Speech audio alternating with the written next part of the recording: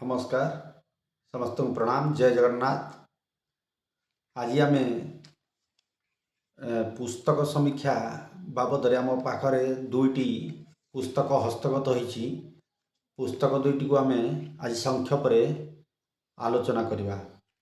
वर्तमान आम पाखरे जो दुई खंड कविता पुस्तक संकलन दुई खंड अच्छी से कविता कवि हेले प्रकृति बंधु अनुप कुमार गडनायक।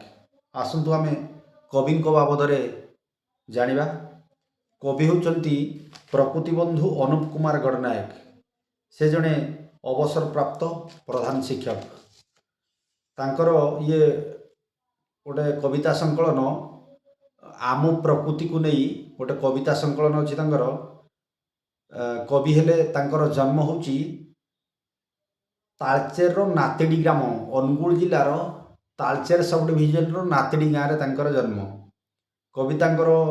कविंकर ये हूँ गोटे आम प्रकृति नाम ये हूँ गोटे कविता संकलन। द्वितीय हूँ भक्ति सागर। भक्ति सागर नाम आ गोटे तांकर भक्ति सागर नाम भक्ति संकलन अच्छी। कवि से अनुप कुमार प्रकृति बंधु अनुप कुमार गडनायक। से सुदूर सोनपुर जिले में प्रधान शिक्षक चाकरी अवसर नहीं। यही कविताटी दुईटी जाक कविता संकलन प्रथम संस्करण 2024 मसीह होता एवं यार भक्ति सागर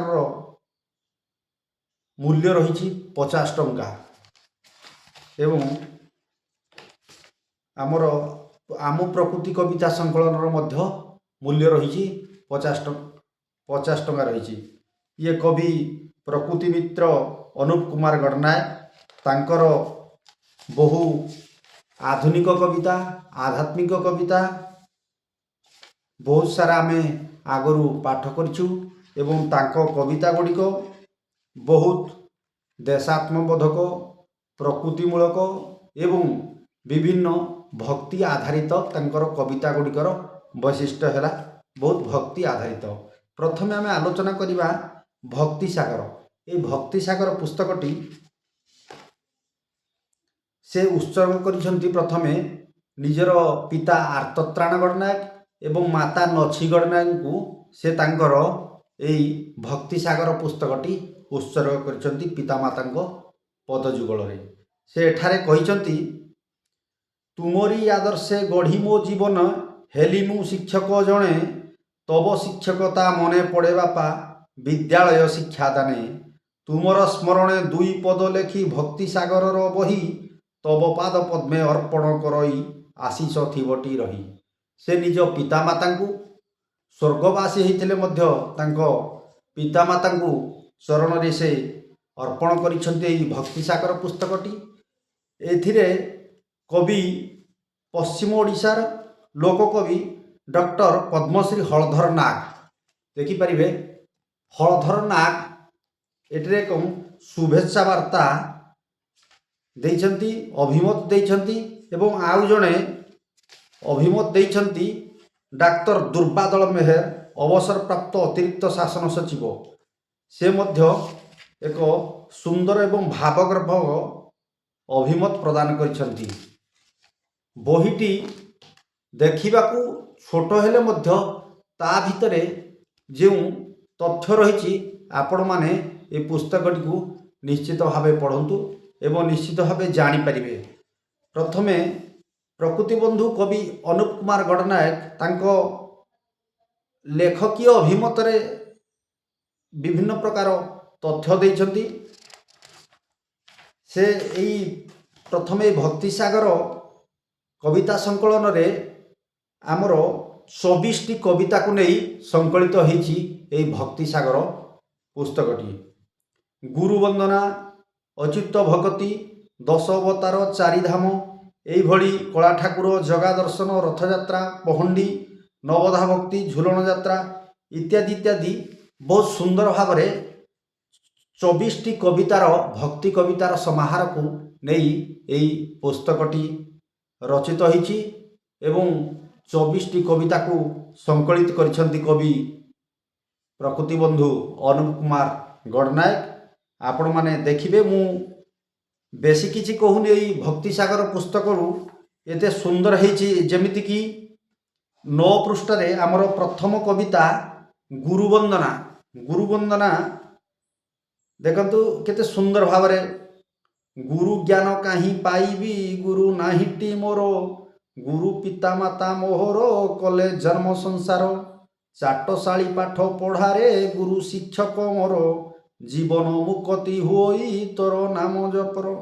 କେତେ ସୁନ୍ଦର ସୁନ୍ଦର ଗୁରୁଙ୍କ ନିକଟରେ ନିଜର ଭକ୍ତିକୁ ପ୍ରଥମେ ଅଜାଡ଼ି ଦେଇଛନ୍ତି। ଏବଂ ଆମେ ଯଦି 20 ନମ୍ବର ପେଜରେ ଅଛି ତାଙ୍କର ଗୋଟେ କବିତା, ବହୁତ ସୁନ୍ଦର କବିତା 20, ପଞ୍ଚତତ୍ତ୍ୱରେ ପଞ୍ଚଦେବ। କେମିତି ପଞ୍ଚତତ୍ତ୍ୱ ଆମର ରହିଛି ଶରୀର ତତ୍ତ୍ୱ, ସେଇ ପଞ୍ଚତତ୍ତ୍ୱରେ ପଞ୍ଚଦେବଙ୍କୁ ନେଇ ସେ ସୁନ୍ଦର ଭାବେ ଏକ କବିତା ରଚନା କରିଛନ୍ତି। ଜଳର ତତ୍ତ୍ୱରେ ଜୀବନେ ଜ୍ଞାନ ଉଦୟ ହୁଏ, ଜ୍ଞାନର ପ୍ରତୀକ ଶଙ୍କର ଭୋଳାନାଥଟି ସିଏ। କେତେ ସୁନ୍ଦର ଭାବରେ ବର୍ଣ୍ଣନା କରିଛନ୍ତି, ଆପଣମାନେ ଚିନ୍ତନ କରନ୍ତୁ। ତାପରେ ରହିଛି ଶେଷରେ, ପଞ୍ଚତତ୍ତ୍ୱ ପଞ୍ଚ ଦେବତା ଅଟେ ଅଗର ପୂଜିତ, ତାଙ୍କର କୃପାରୁ ଜୀବନ ସୁଖେ ରୁହେ ଜୀବିତ। ଏଭଳି ଆଉ ଯଦି ଆମେ ଦେଖିବା ତାଙ୍କର 11 ନମ୍ବର ପୃଷ୍ଠାରେ ରହିଛି ଆହୁରି ଏକ ଦୀର୍ଘ କବିତା ଏବଂ ସୁନ୍ଦର କବିତା। ଯେମିତି ଅ ଠାରୁ ଔ ପର୍ଯ୍ୟନ୍ତ ଏବଂ କ ଠାରୁ କ୍ଷ ପର୍ଯ୍ୟନ୍ତ ପ୍ରତ୍ୟେକ ଶବ୍ଦର ଅକ୍ଷରରେ ସେ ସୁନ୍ଦର ଭାବରେ ବର୍ଣ୍ଣନା କରିଛନ୍ତି। ଯେମିତି ମୁଁ ରରେ କହିବି, ରଘୁବଂଶେ ତୋର ଜନମ, ରାମ ରୂପରେ ଜାତ, ମର୍ଯ୍ୟାଦା ପୁରୁଷ ଭାବେ ତୁ ଜଗତେ ହେଲୁ ବିଦିତ। ଦେଖନ୍ତୁ ପ୍ରତ୍ୟେକ ଅକ୍ଷରକୁ ନେଇ, ପ୍ରଥମ ଅକ୍ଷରକୁ, ଆଦ୍ୟ ଅକ୍ଷରକୁ ନେଇ ନିଜର ସୁନ୍ଦର ଏ କବିତାଟି। ଘରେ ଯେମିତି ଘନଶ୍ୟାମ ନାମେ ତୋହର ଅଟୁ ଗୋପର ଚାନ୍ଦ, ବାଲ୍ୟ ଭାବ ତୁ ହି ଧରିଣ କରୁ ମାୟାରେ ଛନ୍ଦ। କେତେ ସୁନ୍ଦର ଭାବରେ ଏ କବିତା ଗୁଡ଼ିକ ବର୍ଣ୍ଣନା କରିଛନ୍ତି କବି ଗଡ଼ନାୟକ ମହୋଦୟ। ଏବଂ ଆମେ ଯଦି ଦେଖିବା 31 ନମ୍ବର ପେଜରେ ଆଉ ଗୋଟିଏ ସୁନ୍ଦର କବିତା ଅଛି, ନବଦା ଭକ୍ତି। ଯେମିତି ଅର୍ଚ୍ଚନା ଭାବକୁ ମନର ବନ୍ଦନା, ମୁଖ୍ୟ ଅଟେ ଦାସ୍ୟ ଭକ୍ତି, ସଂଖ୍ୟା ଭାବ ନେଇ ଆତ୍ମନିବେଦନ, ଏଇ ତ ନବଦା ଭକ୍ତି। କି ସୁନ୍ଦର ଭାବରେ ବର୍ଣ୍ଣନା କରିଛନ୍ତି କବି ଗଡ଼ନାୟକ। ଆପଣମାନେ ଏହାକୁ ନିଶ୍ଚିତ ଭାବେ ପାଠ କରନ୍ତୁ ଏବଂ ଭକ୍ତିରସ ଗ୍ରହଣ କରନ୍ତୁ। ଏବଂ ଆପଣମାନେ ପାଠ କଲେ, ନିଜର ପାଠକୀୟ ମତାମତ ଦେଲେ ନିଶ୍ଚିତ ଭାବେ କବି ଗଡ଼ନାୟକଙ୍କର ଶ୍ରମ ସାର୍ଥକ ହେବ। ଆମେ ଆସିବା ଦ୍ୱିତୀୟ କବିତା ସଂକଳନ ଆମ ପ୍ରକୃତି। ଆମ ପ୍ରକୃତି ପୁସ୍ତକଟି ସେ ଉତ୍ସର୍ଗ କରିଦେଇଛନ୍ତି ସ୍ୱର୍ଗତା ସୌଭାଗିନୀ ଗଡ଼ନାୟକ ଏବଂ ମୁନି ଗଡ଼ନାୟକଙ୍କୁ। ସେ ଏଥିରେ ମଧ୍ୟ ଅଭିମତ ରଖିଛନ୍ତି ପଶ୍ଚିମ ଓଡ଼ିଶା ବଲାଙ୍ଗୀରର ଡକ୍ଟର ଗୋପବନ୍ଧୁ ରଥ। ସେ ଜଣେ ବିଶିଷ୍ଟ ଶିକ୍ଷାବିତ୍ ଏବଂ ସାହିତ୍ୟିକ ଏବଂ ପ୍ରେମାନନ୍ଦ ବିଶ୍ୱାଳ ଅବସରପ୍ରାପ୍ତ ଶିକ୍ଷକ। ଏହି 2 ଜଣ ମାନ ତାଙ୍କର ଅଭିମତ ରଖିଛନ୍ତି। ଆଉ ଅଭିମତ ରଖିଛନ୍ତି ଆମର ଚିନ୍ମୟୀ ଦାସ। ଚିନ୍ମୟୀ ଦାସ ଜଣେ ପ୍ରଖ୍ୟାତ ସମାଜସେବୀ, ଯାହାକୁ ସାରା ଓଡ଼ିଶାରେ ତାଙ୍କୁ ସମସ୍ତେ ଜାଣିଛନ୍ତି। ସେ ମଧ୍ୟ ଏଇ ପ୍ରକୃତି ବନ୍ଧୁ, ପ୍ରକୃତି ମିତ୍ର କବି ଅନୁପ କୁମାର ଗଡ଼ନାୟକଙ୍କୁ ଗୋଟେ ସୁନ୍ଦର ଅଭିମତ ରଖିଛନ୍ତି। ଆପଣମାନେ ଏଇ ପୁସ୍ତକଟି ଯଦି ଆମେ ଆଲୋଚନା କରିବା, କବି ଗଡ଼ନାୟକ ତାଙ୍କ କଲମରେ ଲେଖିଛନ୍ତି, ବିଧିର ବିଧାନ ନୁହଇଟିଆନ ଅମୃତ ସମୟ ଆସେ, ପ୍ରକୃତି ମିତ୍ରରେ ପୁରସ୍କୃତ ହୋଇ ମନଟି ମୋହର ହସେ, ସମସ୍ତଙ୍କ ହସ୍ତେ ଅର୍ପଣ କରେ ମୁଁ ଆମ ପ୍ରକୃତି ଏ ବହି, ମା ସାରଳାର ଆଶିଷ କୃପାରୁ ଲେଖିଅଛି ଏହି ବହି। ସୁନ୍ଦର ଭାବରେ ନିଜର ଆତ୍ମନିବେଦନକୁ ମାଙ୍କ ପାଖରେ ସମର୍ପଣ କରିଦେଇଛନ୍ତି, ମା ସାରଳାଙ୍କ ପାଖରେ। ଏବଂ এই ପ୍ରକୃତି ପ୍ରତି ତାଙ୍କର ଯେଉଁ ଭଲ ପାଇବା, ତାଙ୍କୁ ସରକାରଙ୍କ ତରଫରୁ ପ୍ରକୃତି ମିତ୍ର ଉପାଧି ମିଳିଛି।